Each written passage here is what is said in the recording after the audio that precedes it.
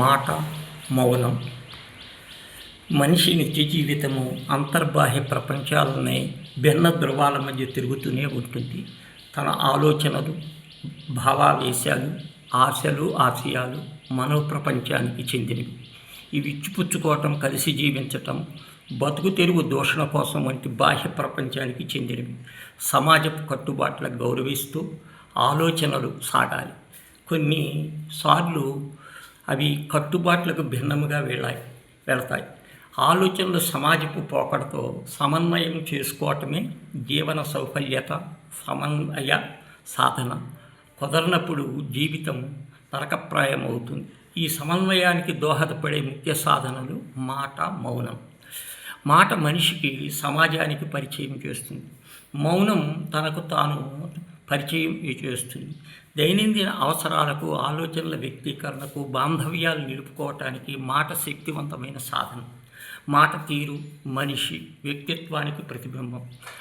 అదో గొప్ప కళ. స్వామి వివేకానంద వంటి వారు తమ మాటలతోనే లక్షలాది మంది ప్రభావితం చేయగలిగారు. సరైన సమయంలో సరైన రీతిలో మాట్లాడటం వల్ల సమాజంలో గౌరవాన్ని పొందగలుగుతారు. మౌనం అంటే కేవలము మాట్లాడకుండా ఉండటం కాదు, మనస్సును ప్రశాంతంగా ఉంచుకొని ఆత్మ పరిశీలన చేసుకోవటం. దీనివల్ల చేసిన తప్పు ఏంటి, వెళ్ళాల్సిన దారి ఏది అనే విషయాలపై స్పష్టత వస్తుంది. ఆలోచన క్రమబద్ధమవుతాయి. మెరుగ్గా, చురుగ్గా ఉండి తన జ్ఞాపక శక్తిని మెరుగుపరుస్తుంది. ప్రాచీన కాలంలో మునులు మౌనానికి ఆంతర్యం, అసలైన అంతరార్థం ఇదే. అలా ప్రతిదానికి మౌనంగా ఉంటే సమాజంలో సంబంధాలు తెగిపోతాయి. అతిగా మాట్లాడితే శక్తి వృధా అవుతుంది. వ్యర్థ ప్రాలాపనలకు, గొడవలకు దారితీస్తుంది. ఇతరులను సాయం కావలసి వచ్చినప్పుడు, అన్యాయం జరిగినప్పుడు మౌనంగా ఉండటం దోషమే కాదు, నేరం కూడా. అన్యాయాన్ని ఎదిరించాల్సి వచ్చినప్పుడు గొంతు విప్పి తీరాలి. కోపంగా ఉన్నప్పుడు, ఎదుటివారిని నొచ్చుకుంటారని తెలిసినప్పుడు, అసత్యం చెప్పాల్సి వచ్చిన మౌనమే మిన్న.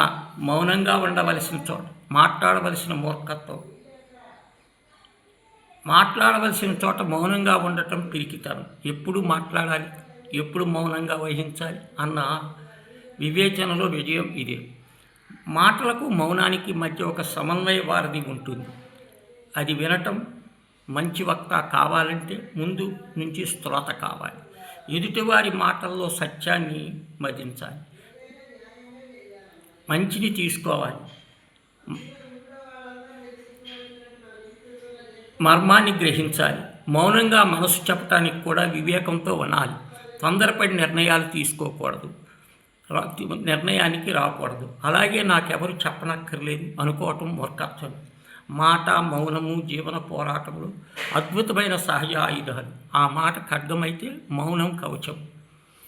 దేన్ని ఎలా వాడాలో చెయ్యాలి. మాటతో ప్రపంచము, మౌనం తనకు తాను జయించాలి.